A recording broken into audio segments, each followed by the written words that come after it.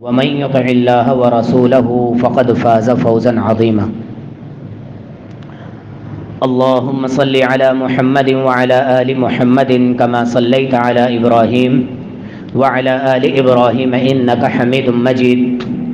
اللهم بارك على محمد وعلى آل محمد كما باركت على إبراهيم وعلى آل إبراهيم إنك حميد مجيد. رب اشرح لي صدري ويسر لي أمري واحلل عقدة من لساني يفقهوا قولي. اللهم انفعني بما علمتني وعلمني ما ينفعني وزدني علما رب زدني علما. ہر قسم کی بڑائی، ہر قسم کی تعریف، عمدہ کلمات اس رب العالمین احکم الحاکمین وحدہ لا شریک لہ، اکیلا یکتا، اسی کے لیے ہے جس رب کائنات نے اپنے کن سے فیکون تک ہوتے ہوتے لمحے بھر میں اس پوری کائنات کو پیدا کیا، پھر قرآن کے مطابق 6 دنوں میں اس کو بتدریج صحیح سالم اور پورے اقتدار کے ساتھ، پوری قدرت کے ساتھ اس کو ایک سسٹم کے اندر بنایا، اور پھر اپنی تمام تر مخلوقات کی تمام تر ضروریات کو بھی اسی کائنات کے اندر پیدا کر دیا، اور پھر ان تمام تر مخلوقات تک ذریعہ اور وسیلہ بھی بنایا ان تک پہنچانے کا.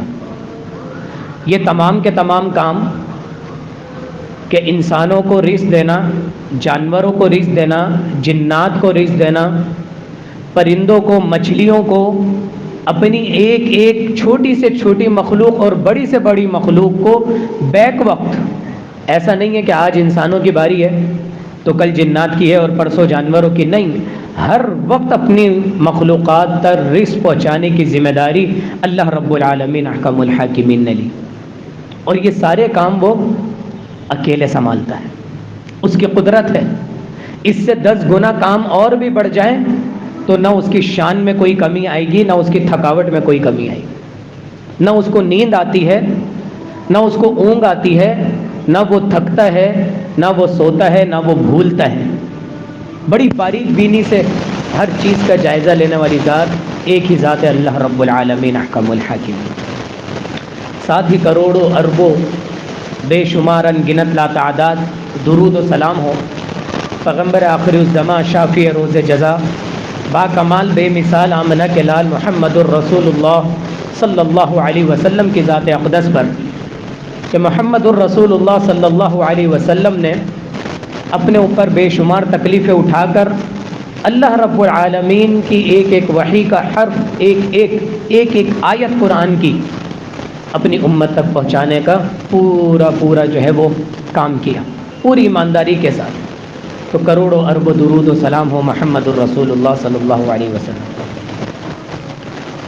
پچھلے سے پچھلے جمعے جب ہماری آخری ملاقات ہوئی تھی، اور جو بھائی ریگولر آتے ہیں، سنتے ہیں، آن لائن سنتے ہیں، ان سب کو معلوم ہے کہ ہم نے یہ جو رب العالمین نے ہمیں دن عطا کیا ہے یوم الجمعہ، تو یہ صرف دن نہیں ہے بلکہ پوری عبادت ہے.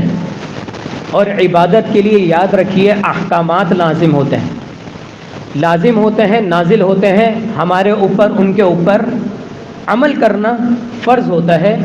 تو یہ جمعہ صرف جمعہ نہیں ہے بلکہ اس جمعے کے نام سے اللہ رب العالمین نے 28ویں سپارے میں پوری سورت نازل کی، اور نزول کے اعتبار سے 110ویں نمبر پر نازل کی. اس کے بعد صرف 4 سورتیں نازل ہوئی ہیں. 110ویں نمبر پر جب کئی ایک لوگ مسلمان ہو چکے تھے، ایک جمع غفیر لوگ مسلمان ہو چکے تھے، اب احکامات نازل کرنے تھے کہ بھائی جو دن میں تمہیں دے رہا ہوں نا جمعے کا، یہ صرف اس لیے نہیں ہے کہ بھائی صبح اٹھ گئے، نہا دھو لیے، اچھے کپڑے پہن لیے، خوشبو لگا لی اور آ گئے. البتہ یہ کام بھی ہے، لیکن اصل کام کیا ہے؟ اصل کام یہ ہے کہ جمعے کے دن امام کے سامنے تسلی کے ساتھ، خاموشی کے ساتھ، پوری توجہ کے ساتھ بیٹھنا اور اس کی بات کو سننا، سمجھنا اور اس کے اوپر عمل کرنا. اور اس چیز میں اگر کوئی رکاوٹ آ رہی ہے تو یاد رکھیں اس رکاوٹ کو اللہ رب العالمین نے حرام قرار دے دیا۔ وہ رکاوٹ کیا ہے؟ آج اس چیز کا جائزہ لیتے ہیں۔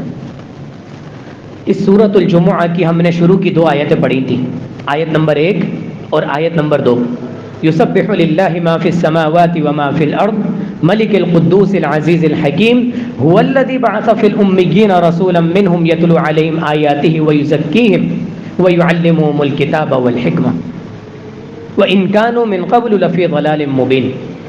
کہ آسمان و زمین کی ہر شے اللہ رب العالمین کی تسبیح بیان کرتی ہے، اور اللہ رب العالمین نے تم ان پڑھوں میں ایک ایسا نبی بھیجا جو تمہارے درمیان آیتوں کی تلاوت کرتا ہے۔ اور تلاوت کا مطلب ہم نے پچھلی مرتبہ سمجھا تھا کہ تلاوت کا مطلب صرف تلاوت نہیں ہوتا، بلکہ اس کو سمجھنا اور اس کو آگے پہنچانا۔ اور پھر وَيُزَكِّيهِمْ، وہ تمہیں گناہوں سے پاک کرتا ہے، وَيُعَلِّمُهُمُ الْكِتَابَ، اور وہ تمہیں کتاب کا علم سکھاتا ہے۔ جو کام نبی کا ہے آج وہ کام علماء کا ہے۔ اگر کوئی عالم اپنی ذمہ داری کو ادا نہیں کرتا تو یاد رکھیں کل قیامت کے دن اس عالم کے لیے بڑا سخت دن ہوگا۔ اللہ تعالیٰ سے دعا ہے کہ اللہ تعالیٰ ہم سب کو اس دن کی سختیوں سے محفوظ رکھے۔ اس کے بعد میں نے آپ کو ایک کام دیا تھا، ہوم ورک، کہ آپ نے آیت نمبر 3 سے لے کے آیت نمبر 8 تک آپ نے خود پڑھنا ہے۔ اب اس کے بعد آیت نمبر 9 اور 10، اللہ اکبر کبیرہ۔ کیا ہے آیت نمبر 9 اور 10 میں؟ اس کو سمجھنے سے پہلے ایک بات سمجھ لیجئے، شریعت مطہرہ کے اندر 2 کام ہیں بنیادی، اور وہ 2 کام کیا ہیں؟ ایک عبادات، ایک معاملات۔ عبادات میں انسان کا تعلق ڈائریکٹلی اپنے رب سے ہوتا ہے، اس کا اور رب کا تعلق ہے۔ نمازیں پڑھ رہا ہے، وہ روزے رکھ رہا ہے، پوری دنیا کے سامنے وہ کھا پی نہیں رہا، لیکن اکیلے میں کیا کر رہا ہے اس کا رب جانتا ہے کہ وہ واقعی کھا پی نہیں رہا یا وہ روزے کے تقاضے پورا کر رہا ہے۔ ایک شخص ہے پوری دنیا کے سامنے آ کر وضو کر رہا ہے، پہلی صف میں کھڑا ہو کے نماز پڑھ رہا ہے، لیکن اس کا دل کہاں لگا ہوا ہے؟ واقعی رب کے ساتھ لگا ہوا ہے نہیں، یہ رب کا اور اس کا تعلق ہے۔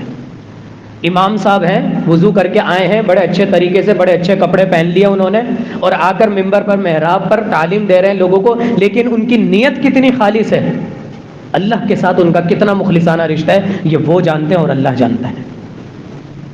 تو نیت کا خالص ہونا بہت ضروری ہے۔ ظاہری دکھلاوا یہ سب ایک طرف ہے۔ تو عبادت میں انسان کا تعلق سیدھا سیدھا رب سے ہوتا ہے۔ اور دوسری چیز معاملات، اس کے اندر انسان کا ڈائریکٹلی تعلق انسانوں سے ہوتا ہے اور انڈائریکٹلی تعلق اللہ رب العالمین سے ہوتا ہے۔ کہ ہم نے جو لوگوں کے ساتھ معاملات کرنے ہیں وہ بہت اچھے طریقے سے کرنے ہیں، لیکن کس کے خاطر کرنا ہے؟ اللہ کے خاطر کرنا ہے، لوگوں کے خاطر نہیں کرنا ہے کہ میں آج اس سے نیکی کر رہا ہوں تو کل یہ مجھ سے نیکی کرے، آج میں اس کے ساتھ اچھا کر رہا ہوں تو کل یہ میرے ساتھ اچھا کرے۔ نہیں، آپ اچھا کریں اللہ کے خاطر، آپ کے اوپر لازم ہے، آپ کے ساتھ اچھا ہوئے گا اس کی کوئی گارنٹی نہیں ہے۔ نبی کریم صلی اللہ علیہ وسلم پر تانے دیے گئے، پتھر مارے گئے، گالیاں دی گئیں، نعوذ باللہ نبی علیہ الصلوۃ والسلام نے کسی کے ساتھ کچھ غلط کیا تھا؟ نہیں، برائی تو آئے گی، یہ دنیا ہے۔ حضرت یوسف نے نعوذ باللہ کسی کے ساتھ غلط کیا تو ان کے سگے بھائیوں نے انہیں کنویں میں پھینک دیا۔ تو ہم نے اچھائی کرنی ہے اللہ کے خاطر لوگوں کے ساتھ۔ اب ان دونوں چیزوں کے 2 فارمولے ہیں۔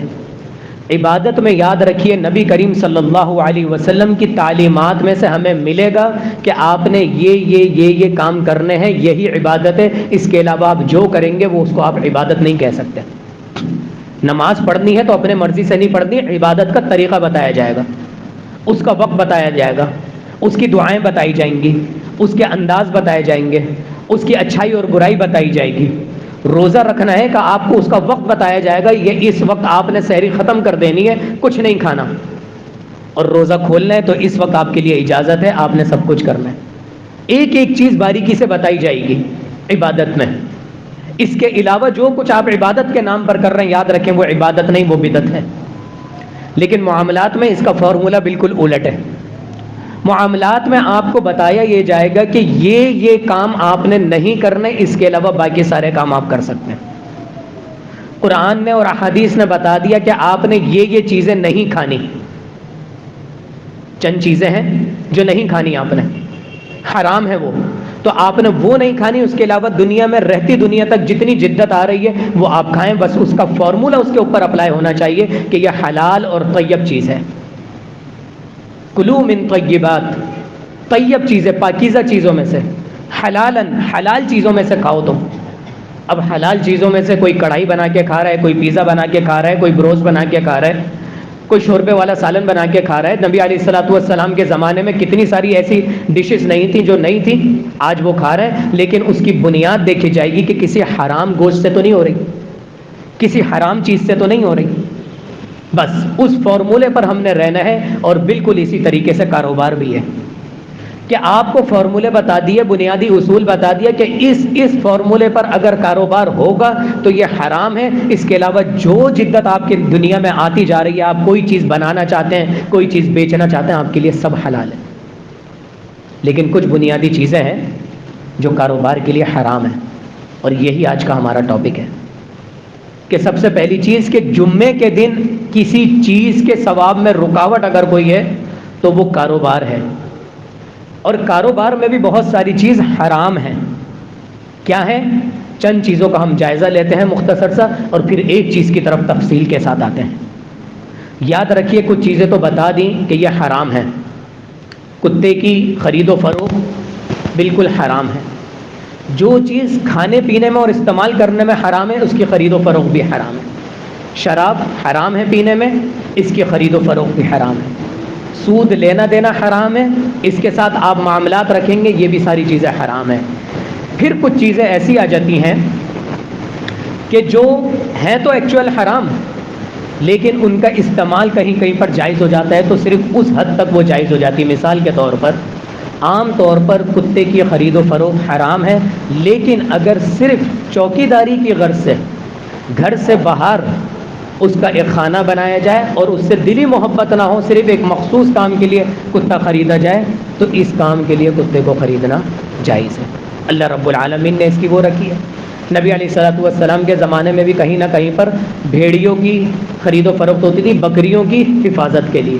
تو آج بھی اس اعتبار سے، حفاظت کے اعتبار سے کتے کی خرید جائز ہے، اس کو بیچنا جائز نہیں ہے۔ بیچنے کا مطلب تو ہے کہ آپ کاروبار کر رہے ہیں اور گھر سے باہر رکھنا ہے اس کو، کیونکہ جس گھر میں کتا ہوتا ہے اس گھر میں رحمت کے فرشتے نہیں آتے ہیں۔ پھر تیسری چیز، اس سے دلی لگاؤ نہیں ہونا کہ اس کے ساتھ چپک رہے ہیں اور جی اس کے ساتھ دلی لگاؤ ہے، جی ٹہلانے لے گئے تو فلانا، نہیں، یہ سارے معاملات الگ، اس کا خیال رکھیں، اسے کھلائیں پلائیں۔ اسی طریقے سے ایک حلال چیز ہوتی ہے لیکن اس سے حرام فائدہ اٹھایا جا رہا ہوتا ہے، تو اس کو بیچنا حرام ہے۔ مثال کے طور پر ایک شخص ہے، فروٹ بیچتا ہے، اس کی فیکٹری ہے یا اس کا جو ہے وہ باغ ہے انگور کا، لیکن اس سے کانٹریکٹ کر لیا ایک ایسی فیکٹری نے جو شراب بناتی ہے۔ اب اسے پتہ ہے کہ میرے یہ انگور جو ہیں وہ شراب والی فیکٹری خریدے گی، تو اس کو یہ انگور بیچنا حرام ہے، کیونکہ آپ کو پتہ ہے کہ آپ کے انگور سے حرام چیز تیار کی جائے گی۔ انگور بیسیکلی حلال ہے۔ اسی طرح سیب کا بھی معاملہ ہے۔ ہم لوگ سمجھتے ہیں صرف شراب جو ہے وہ انگور سے بنتی ہے، نہیں، انگور کو اور سیب کو دونوں کو سڑا کر ایک لکوڈ بنایا جاتا ہے، پھر اس کے اندر پانی اور دیگر چیزیں ملا کر اور پھر شراب بنتی ہے۔ تو اگر کوئی سیب کا کاروبار کر رہا ہے، سیب کا باغ ہے کسی کے پاس، لیکن وہ ایسی فیکٹری کو اگر سیب دے رہا ہے اپنی حلال چیز جو شراب بنا رہی ہے، تو وہ اس کے اوپر حرام ہے۔ اسی طریقے سے دو چیزیں اور ہیں، غرر اور ضرر۔ جو لوگ کاروبار کرتے ہیں وہ یہ بات ذہن میں رکھیں، دو ورڈ، غرر، غین را اور را، غرر، اور ضرر، ضاد را اور را۔ غرر کا مطلب کیا ہے؟ دھوکہ۔ کسی بھی چیز کے اندر، کاروبار کے اندر اگر دھوکے کا پہلو آ رہا ہے تو وہ کاروبار جائز نہیں ہے۔ غرر، سورۃ الانفطار، یا ایھا الناس ما غرک بربک الکریم، کہ تمہیں کس چیز نے اپنے رب سے دھوکے میں ڈال دیا۔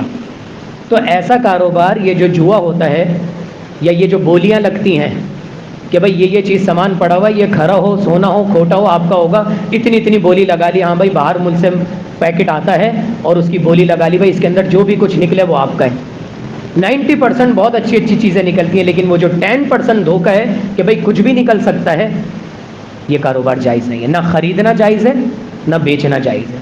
زیادہ دور نہ جائیں، یہیں پر ایمپریس مارکیٹ کے سامنے چلے جائیں، یہ جو بولیاں لگا رہے ہوتے ہیں، ایک چیز سامنے ہوتی ہے اور 35 اور 36 اور 37، یہ سب کیا ہے کہ پیکٹ ہوگا اور آپ کو نہیں پتا ہوگا کہ اندر کیا ہے، نہ یہ خریدنا جائز ہے نہ یہ بیچنا جائز ہے۔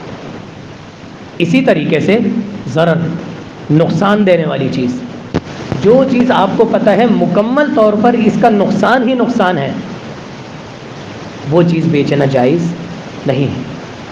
ایک انسان چھری بناتا ہے، خنجر بناتا ہے، اس سے اچھے کام بھی ہوتے ہیں، لیکن کچھ لوگ ایسے ہیں جو خاص ایسے خنجر بناتے ہیں جو ماتم کے لیے استعمال کیے جاتے ہیں، ان کا ڈیزائن انہیں پتہ ہے کہ یہ استعمال ہی وہیں پر ہوتے ہیں، تو یہ چیز جائز نہیں ہے۔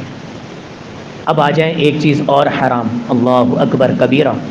یہاں پر اللہ رب العالمین نے سورۃ الجمعہ جو 28ویں سپارے کی 5ویں سورت ہے، اس کی آیت نمبر 9 میں اللہ رب العالمین نے کیا فرمایا؟ یا ایھا الذین آمنوا اذا نودی للصلاۃ من یوم الجمعہ فاسعوا الی ذکر اللہ وذروا البیع۔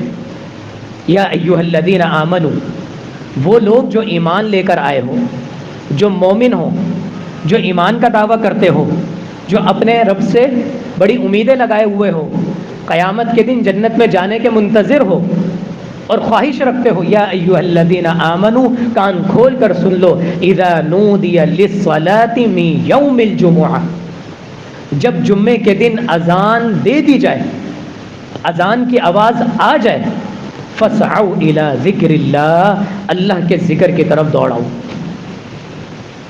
حالانکہ کتنی احادیث ایسی ہیں جو اذان سے پہلے آنے کی طرف دلالت کرتی ہیں کہ جو شخص اول گھڑی میں آئے گا اس کے لیے اونٹ کی قربانی کا ثواب، جو اس کے بعد گھڑی میں آئے گا اس کے لیے گائے کی قربانی کا ثواب۔ اللہ اکبر۔ ایک مڈل کلاس فیملی سال بھر بھی پیسے جمع کر کے ایک گائے کی قربانی نہیں کر پاتی، حصہ لے لیتے ہیں، چھوٹا موٹا بکرا لے لیتے ہیں۔ ہر جمعے کو تھوڑا سا اہتمام کرنے کے بعد امام کے ممبر پر آنے سے پہلے، اذان سے پہلے کچھ وقت پہلے گھڑی آنے پر گائے کی قربانی کا ثواب، اس کے بعد آنے پر بکرے کی قربانی کا ثواب، اس کے بعد آنے پر مرغی کی قربانی کا ثواب، اور پھر اگر اینڈ میں آ جاتے ہیں اذان سے پہلے تو اللہ رب العالمین کی راہ میں ایک انڈا صدقہ دینے کا ثواب۔ کوئی چیز ایسی نہیں چھوڑی۔ لیکن جب اذان ہو جائے تو فرشتے کیا کرتے ہیں؟ وہ جو انٹری کر رہے ہوتے ہیں، جو انعام آپ کو اللہ رب العالمین کے ساتھ جانا تھا، اگر آپ نے اس میں کوتاہی کر دی کوئی بات نہیں، وہ فرشتے تو رجسٹر بند کر دیں گے، وہ پروٹوکول تو چلا گیا۔ ان فرشتوں کو نے کوئی عبادت کرنی ہے، کوئی نمازیں پڑھنی ہے؟ نہیں، وہ بھی آ کر امام کی بات کو سنتے ہیں۔ اور ایک انسان ہے جو جمعے میں اپنی نیندیں پوری کر رہا ہوتا ہے، وہ فرشتے بھی سنتے ہیں، اپنا رجسٹر بند کر دیتے ہیں۔ ایک یہ فضیلت تو ختم ہو گئی اذان کے بعد آنے والے۔ لیکن آپ دکان پر ہیں، گھر پر ہیں، کہیں پر بھی ہیں، بازار میں ہیں، آپ کے کان میں آواز آ گئی اللہ اکبر اللہ اکبر، اور اس سے پہلے 2 سیکنڈ پہلے امام ممبر پر آ چکا ہوتا ہے، تو یا ایھا الذین آمنوا اذا نودی للصلاۃ من یوم الجمعہ، جمعے کے دن جب اذان کی آواز آ جائے، فاسعوا الی ذکر اللہ، تو اللہ کے ذکر کی طرف دوڑو، کوشش کرو، سستی نہیں دکھاؤ۔ ابھی یہ کام نمٹا لیتے ہیں، ابھی وہ کام نمٹا لیتے ہیں، سارا خوشبو، نہانا دھونا، اچھے کپڑے پہننا، یہ ساری چیزیں، مسواک، یہ سب پہلے کا کام تھا۔ اب جب اذان ہو گئی ہے فوراً اللہ رب العالمین کی طرف دوڑاؤ۔ اور کیا چیز رکاوٹ بن رہی ہے اس کے اندر؟ وذروا البیع، اللہ اکبر کبیرہ۔ اپنے کاروبار کو روک دو، واضح حکم ہے۔ جہاں یہ ساری چیزیں حرام ہیں جو میں نے اس سے پہلے ذکر کری، جمعے کی نماز اذان سے لے کے نماز کے درمیان کاروبار کرنا قطعی طور پر حرام ہے۔ اصل یہ بات سمجھانی ہے۔ وذروا البیع، یہ جتنی دکانیں کھلی ہوئی ہیں، یہ جتنے کاروبار چل رہے ہیں، یہ جتنے لوگ اپنے پیچھے اپنے چھوٹے بھائی کو، اپنے ملازم کو، دیگر لوگوں کو بٹھا کر آئے ہیں، اللہ کی قسم پوری ذمہ داری کے ساتھ قرآن اور حدیث کی روشنی میں آپ کو یہ بتا دینا چاہتا ہوں کہ یہ کاروبار مکمل طور پر حرام ہے۔ بدقسمتی سے ہم نے نہیں سنا، ہم نے سمجھا نہیں، ہمارا دل نہیں مان رہا۔ میں بڑی محنت کر رہا ہوں، صبح سے شام تک ایک چیز ریپیئر کر رہا ہوں، صبح سے شام تک میں جو ہے وہ اپنے دماغ کو کھپا رہا ہوں لوگوں کو ڈیل کر کے اور سارا کاروبار کر رہا ہوں، لیکن ایک یہ میں غلطی کر رہا ہوں کہ اذان اور نماز کے دوران بھی میں نے بول دیا کہ میں تو جا رہا ہوں مسجد میں، لیکن لڑکے کو بٹھا دیا کہ کوئی کسٹمر آئے تو اس کو ڈیل کر لینا، یہ کر لینا، دکان کا شٹر نیچے نہیں ہونا چاہیے۔ یاد رکھیے اس دوران جتنا کاروبار ہو رہا ہے، جو کچھ بھی تجارت ہوتی ہے، وہ سب حرام ہے۔ وَذَرُوا الْبَيْعَ، اس کاروبار کو روکنے کے لیے اللہ رب العالمین نے آگے فرمایا ذالکم خیر لکم، یہی تمہارے لیے بہتر ہے۔ کتنی دیر لگتی ہے؟ 1 گھنٹہ نکالنا ہے آپ نے مشکل سے۔ مارکیٹ کی مساجد میں تو اور یہ ٹائم کم ہو جاتا ہے۔ آپ جائیں علاقے کی مساجد میں، زیادہ دور نہیں، محمدی مسجد ہے، بورا پیر میں رحمانیہ مسجد ہے، 1 گھنٹے کا جمعہ ہوتا ہے، 1 گھنٹے کا بیان آتا ہے ہمارے پاس واٹس ایپ پر، پوری ریکارڈنگ آتی ہے، 1 گھنٹے کا بیان۔ قاری عبد الرزاق ساجد فیصل آباد کے بہت اچھے مبلغ ہیں، ہر جمعے کو ان کا بیان آتا ہے میرے پاس، 1 گھنٹے کا بیان ہوتا ہے، اور ایک بات میں ان کی اللہ اکبر کیا علمی نقطے ہوتے ہیں۔ کسی بھائی کو چاہیے ہو تو مجھ سے پرسنل میں رابطہ کیجیے، بہت بہترین علمی شخصیت ہے۔ بتانے کا مقصد کیا ہے کہ لوگ اتنا وقت نکالتے ہیں، لیکن ہم نے پھر بھی وقت مختصر کر دیا کہ بھئی 12:40 پہ جمعہ شروع ہوگا، 1:20 پہ انشاءاللہ تعالی جماعت کروا دیں گے۔ کبھی ہم سے کوئی کوتاہی ہوئی ہے، میری کوتاہی ہے کہ میں 2-4 منٹ کبھی کبھی اوپر لے جاتا ہوں، تو پھر ہم نماز کو مختصر کر کے کوشش یہ کرتے ہیں کہ 1 گھنٹے سے زیادہ آپ کا وقت نہ لیں۔ اس 1 گھنٹے کے لیے اللہ رب العالمین کا حکم ہے وَذَرُوا الْبَيْعَ، کاروبار کو روک دو، ذَلِكُمْ خَيْرٌ لَكُمْ، یہ تمہارے لیے بہتر ہے۔ اکثر لوگ بھائی یہ بات جانتے ہیں کہ اس مسجد میں آنے سے پہلے میں نے کئی دکانوں پر کام کیا ہے، اور آپ یقین کیجئے کم سے کم میں نے 5 سے 6 دکانوں پر کام کیا اپنے پورے کیریئر میں، پریکٹیکل لائف میں۔ کوئی ایک دکان میری نظر میں ابھی تک میں نے ایسی کسی دکان پہ کام نہیں کیا جنہوں نے جمعے کے وقت دکان بند نہ کی ہو۔ یہاں پر آ کے مجھے پتہ چلا، پہلے تو جمعے کے وقت ہم لوگ مسجد میں ہوتے تھے، پتہ ہی نہیں ہوتا تھا۔ اب جب یہ ذمہ داری اللہ رب العالمین نے دی ہے تو اب پتہ چلتا ہے، جب نظر دوڑاتے ہیں کہ یہ ہوا کیا ہے، لوگوں کو کاروبار کھول کے بیٹھے ہوئے ہیں۔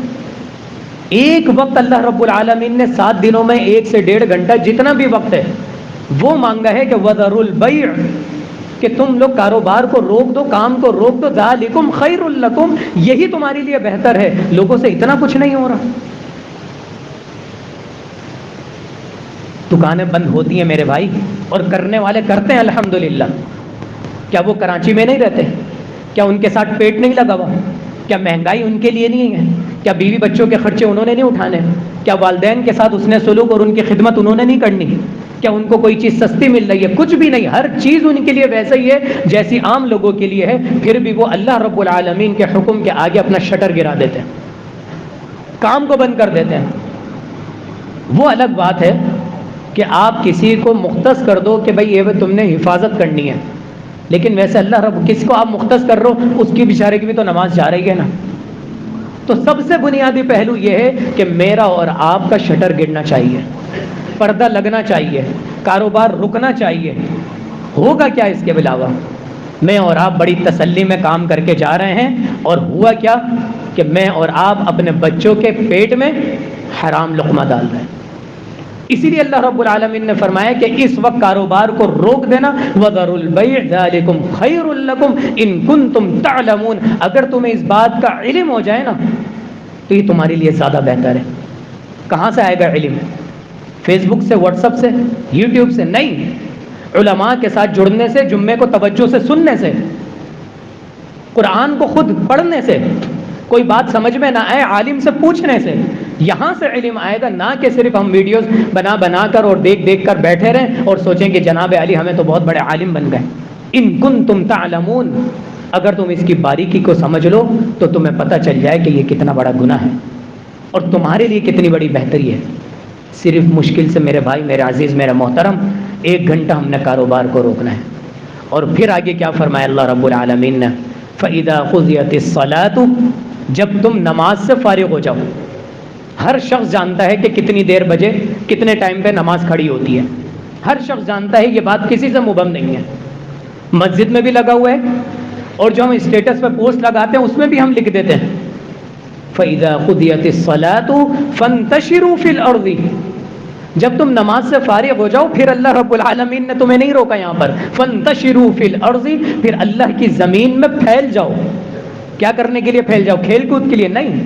وَابْتَغُوا مِنْ فَضْلِ اللَّهِ، اللہ کا فضل تلاش کرو. یاد رکھیں کاروبار کو اللہ رب العالمین نے اپنے فضل سے جوڑ دیا. وَذَرُوا الْبَيْعَ، کاروبار سے روکا تھا، تو یہاں پر اجازت کس چیز کی دی ہے؟ کاروبار کی دی ہے. اب تم کام پہ لگ جاؤ اور کیا تلاش کرو؟ اللہ کا فضل تلاش کرو، حلال روزی تلاش کرو، سچائی کے ساتھ ڈیلنگ کرنا تلاش کرو. یہ نہیں کہ دوبارہ اپنی پرانی روش پہ نکل جاؤ. اللہ کا فضل ایسے نہیں آتا. یہ تو میں اور آپ ہماری دنیاوی سوچ ہے کہ جو راتوں رات امیر ہو جائے، ہم کہتے ہیں جی ماشاءاللہ پہلے اتنی محنت کرتے تھے، اتنا بیچارے ہوتے تھے، ایسا کام پکڑا، ایسا اللہ نے ہاتھ پکڑا کہ راتوں رات امیر ہو گئے. یہ اللہ نے ہاتھ پکڑا ہے. تو اس کا مطلب ہے کہ فرعون کا، ہارون کا، قارون کا اور حامان کا اللہ نے ہاتھ پکڑا تھا؟ نہیں. اور نبی صلی اللہ علیہ وسلم کا ہاتھ نہیں پکڑا نعوذ باللہ کہ ان کے پاس اتنا مال نہیں تھا. ہم نے اللہ کا فضل مال کے ساتھ تلاش کر لیا، جبکہ اللہ کا فضل دین کے ساتھ ہے. حضرت عثمان رضی اللہ عنہ کے ساتھ اللہ کا فضل تھا، وہ امیر بھی تھے اور نمازوں کے پابند بھی تھے. حضرت عبد الرحمن بن عوف کے ساتھ اللہ کا فضل تھا، وہ امیر بھی تھے اور دیانتدار بھی تھے، صدقہ خیرات بھی کرنے والے تھے. وہ کاروبار میں الٹی سیدھی ڈنڈیاں مارنے والے نہیں تھے. تو فَإِذَا قُضِيَتِ الصَّلَاةُ فَانْتَشِرُوا فِي الْأَرْضِ، کہ جب تم نماز سے فارغ ہو جاؤ پھر تم دوبارہ سے نکل جاؤ. فَانْتَشِرُوا فِي الْأَرْضِ وَابْتَغُوا مِنْ فَضْلِ اللَّهِ، اور پھر اللہ رب العالمین کا فضل تلاش کرو. اور کیا ہے آگے؟ وَاذْكُرُوا اللَّهَ كَثِيرًا، اللہ کا ذکر کثرت سے کرو.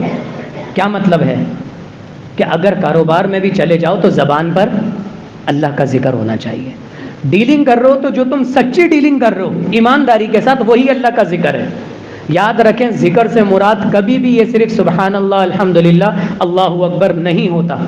یہ بات میں نے آپ کو پہلے بھی سمجھائی تھی. 16واں سپارہ سورہ طٰہٰ اس کی آیت نمبر 124 اور 125 میں اللہ رب العالمین نے واضح طور پر فرما دیا کہ وَمَنْ أَعْرَضَ عَنْ ذِكْرِي فَإِنَّ لَهُ مَعِيشَةً ضَنْكًا، کہ جو لوگ میرے ذکر سے اعراض کرتے ہیں میں ان کے اوپر معیشت تنگ کر دیتا ہوں. کیا مطلب ہے؟ کاروبار میں، کام میں اتنے مگن ہو گئے کہ نمازوں کو نہیں پتہ، اچھے برے کی تمیز کا نہیں پتہ، حلال حرام کا نہیں پتہ، لوگوں کے ساتھ حسن سلوک سے پیش نہیں آ رہے، کاروبار میں اتنی سختی اپنائی ہوئی ہے، کسٹمر کو بالکل ذلیل کر رہے ہیں، اچھے طریقے سے اس سے بات نہیں کر رہے، آنکھیں ماتھے پہ رکھ لی، مزاج نہیں مل رہے. یہ سارے کام کرنے سے اللہ کا ذکر سے اعراض ہوگا اور پھر کیا ہوگا؟ فَإِنَّ لَهُ مَعِيشَةً ضَنْكًا، ہم ان کے اوپر معیشت کو تنگ کر دیں گے. دن رات کمائیں گے، اتوار کے دن بھی، چھٹی کے دن بھی دکان کھولیں گے، لیکن جب بھی کام کا پوزیشن پوچھو بس جی قاری صاحب کیا کریں، کام ہی نہیں ہے. انا للہ و دن رات کما رہے ہیں، ڈبل ڈبل ڈیوٹیاں کر رہے ہیں. فإن له معیشۃ ضنکا، ہم نے ان کے اوپر معیشت تنگ کر دی. کیوں؟ ومن اعرض عن ذکری، اللہ کے ذکر سے اعراض کرنے پر، اللہ تعالیٰ کی شریعت کو ناپسند کرنے پر. یہاں پر بھی ہے کہ وَاذْكُرُوا اللَّهَ كَثِيرًا، تم کثرت سے اللہ کا ذکر کرو. کیا مطلب ہے؟ کہ کام کے دوران اللہ کے احکامات کا خیال کرو. نبی علیہ الصلوۃ والسلام نے کبھی یہ نہیں کہا کہ کام کے دوران تسبیح لے کر بیٹھے رہو، کام کے دوران اتنا پڑھو، صبح دکان کھولتے ہی پہلے یاسین شریف کی تلاوت کرو، دکان بند ہونے سے پہلے فلانا کام کرو. نہیں، آپ فجر کی نماز وقت پر پڑھیں، دیگر نمازیں وقت پر پڑھیں، قرآن کے لیے تلاوت کے لیے اپنے لیے کچھ مخصوص وقت نکالیں. دکان پہ جا کر تلاوت کرنا کوئی لازم نہیں ہے اور اس کا برکت سے کوئی تعلق بھی نہیں ہے خاص. یہ بات ذہن میں رکھیے گا. گھروں کے بارے میں نبی صلی اللہ علیہ وسلم نے فرمایا کہ اپنے گھروں کو قبرستان نہ بناؤ، یہاں پر سورہ بقرہ کی تلاوت کیا کرو.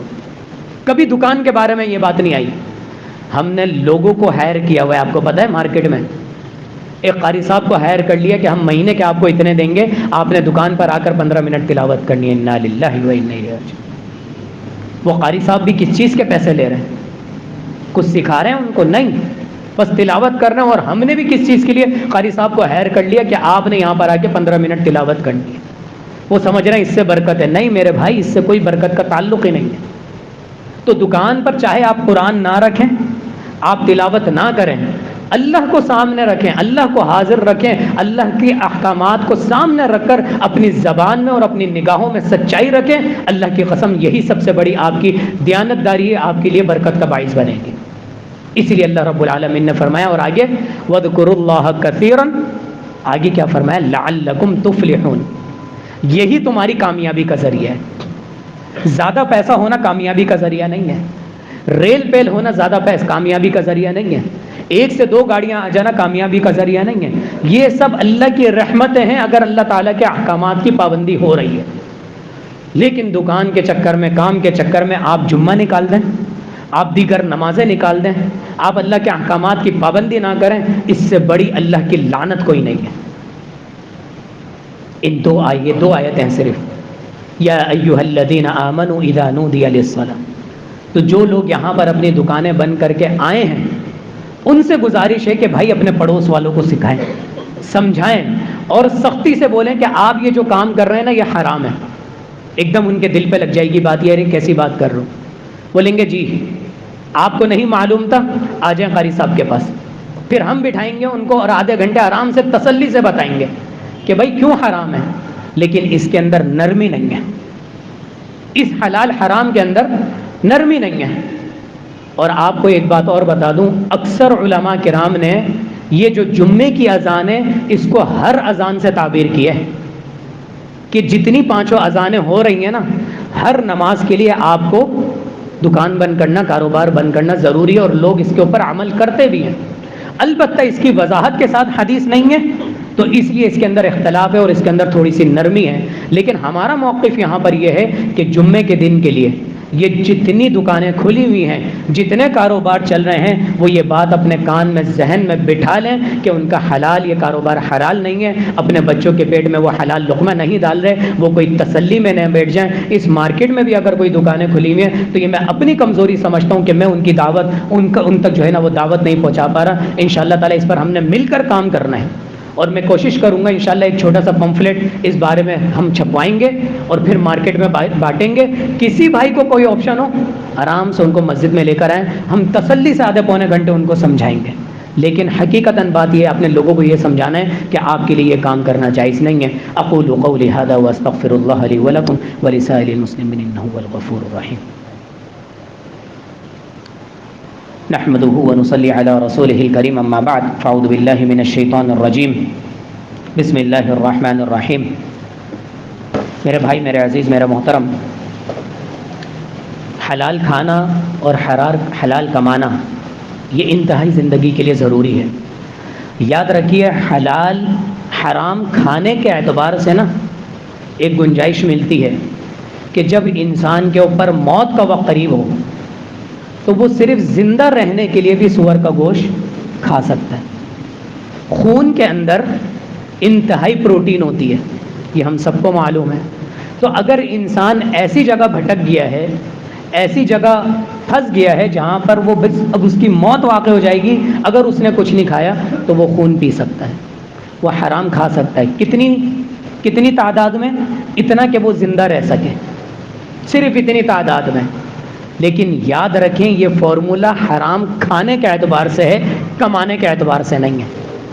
لوگوں نے اس کے اوپر کمانے کے اوپر اپلائی کر لیا۔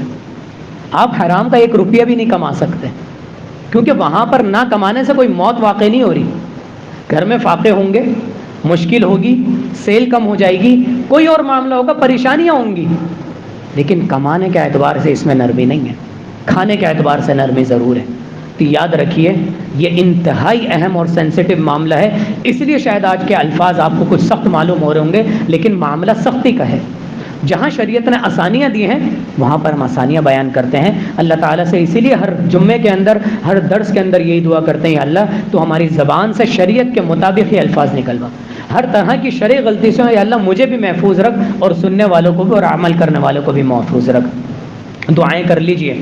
کچھ بھائیوں کے میسیجز بھی آئے ہوئے تھے اور کچھ بھائی ہمارے پاس بھی موجود ہیں دعاؤں کے لیے۔ جن کے میسیجز آئے تھے اللہ تعالیٰ ان تمام تر لوگوں کی پریشانیوں کو دور فرما دے، جائز خواہشات کو مکمل طور پہ عطا فرما دے، اور جتنی بیماریاں ہیں، جتنے لوگ جنہوں نے اپنی والدہ کے لیے، جتنوں نے اپنے والدین کے لیے، کسی نے اپنے شوہر کے لیے، کسی نے اپنی بیوی کے لیے، بچوں کے لیے دعاؤں کی درخواست کی ہے، یا اللہ تعالیٰ ان تمام تر لوگوں کی بیماریوں کو جڑ سے محفوظ فرما دے، جڑ سے ختم فرما دے۔ سہیل بھائی ہمارے یہاں پر موجود ہیں، ہمت کر کے آئے ہیں، اللہ تعالیٰ ان کی بھی آنکھوں کی روشنی کو بحال کر دے، ان کی شوگر کو کنٹرول کر دے، دیگر جتنی بھی بیماریاں ہیں، کمزوریاں ہیں، ان کو دور فرما دے۔ طارق بھائی ہمارے یہاں پر موجود ہیں، اللہ تعالیٰ ان کے والدین کو ان کے سر کے اوپر سلامت رکھے، صحت یابی کے ساتھ۔ ان کا اپنا آپریشن ہوئے گا، ہمت کر کے اللہ رب العالمین نے ان کو توفیق دی کہ یہاں پر ہمت کر کے آئے، 2 مالے چڑھے ہیں۔ اللہ تعالیٰ سے دعا ہے کہ اللہ تعالیٰ ان کا دوسرا آپریشن بھی کامیابیت کے ساتھ عطا فرما، تکلیفوں سے نجات فرما دے۔ بہت تکلیف میں ہیں اس وقت، اللہ تعالیٰ تکلیفوں سے، ہم سب کو اللہ رب العالمین تکلیفوں سے نجات فرما دے، ہم سب کی جائز خواہشات کو پورا فرما دے، ہم سب کو اپنے والدین کی قدر کرنے والا بنا دے، ہماری اولاد کو اے اللہ ہمارا فرما بردار بنا دے، ہم سب کو نماز کا پابند بنا دے، ہم سب کو علماء کی اور اپنے بڑوں کی قدر کرنے والا بنا دے۔ یا اللہ ہم سب کو قرآن کے ساتھ جوڑ دے، قرآن کو پڑھنے کی، سمجھنے کی، اس کے اوپر عمل کرنے کی توفیق عطا فرما دے۔ یا اللہ ہم سب کو قبر کی سختیوں سے بچا لے، موت کی سختیوں سے بچا لے، قبر کے عذاب سے محفوظ فرما لے، قیامت کے دن کی سختیوں سے محفوظ فرما لے۔ یا اللہ قیامت کے دن اپنے عرش کا سایہ نصیب فرما دے۔ یا اللہ بنا حساب کتاب کے ہم سب کا داخلہ جنت میں عطا فرما دے، ہم سب کے گناہوں کو یا اللہ ہمیں معاف فرما دے، ہم سب کی چھوٹی موٹی نیکیوں کو یا اللہ قبول فرما لے۔